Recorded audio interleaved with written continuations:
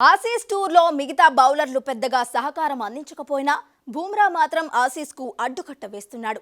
ఈ సిరీస్లో నిప్పులు చెరిగే బంతులతో 21 వికెట్లు తీసుకున్న బుమ్రా రెండు జట్లలోనూ ఇప్పటి వరకు అత్యధిక వికెట్లు తీసిన బౌలర్గా కొనసాగుతున్నాడు.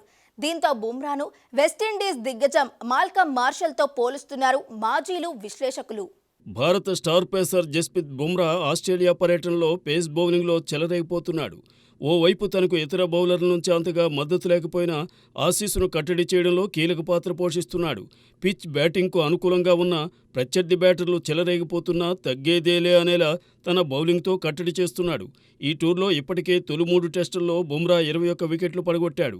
ఈ సందర్భంగా బుమ్రాను అలనాటి Windies super fast bowler Malcolm మార్షల్తో పోలిస్తూ ప్రశంసల వర్షం కురిపిస్తున్నారు. గేమ్ను అర్థం చేసుకోవడంలో బుమ్రాకు తిరుగులేదని, బ్యాటర్ను పూర్తిగా చదివేసి ఎలా బౌలింగ్ చేయాలనేది అతనికి తెలుసని ఆకాశానికెత్తేస్తున్నారు. గతంలో మాజీ క్రికెటర్లాడే సమయంలో మాల్కమ్ మార్షల్ కూడా ఇలానే ఉండేవాడని, అతడు కూడా పిచ్ పరిస్థితి, బ్యాటర్ బలాబలాలు, బలహీనతలను చదివేవాడని గుర్తు చేసుకుంటున్నారు. ఇప్పటి తరంలో బుమ్రా ఈ కేటగిరీకి చెందుతాడని, ఎందుకంటే ఈ భారత పేసర్ కూడా త్వరగా పరిస్థితులకు అలవాటు పడిపోతాడని కితాబునిస్తున్నారు. బుమ్రా ఇప్పటి వరకు టెస్టుల్లో 194 వికెట్లు పడగొట్టాడు.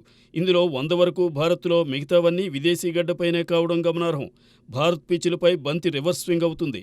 పేసర్లకు తేలికైన విషయం కాదు. ఈ విషయం బుమ్రాకు తెలుసు.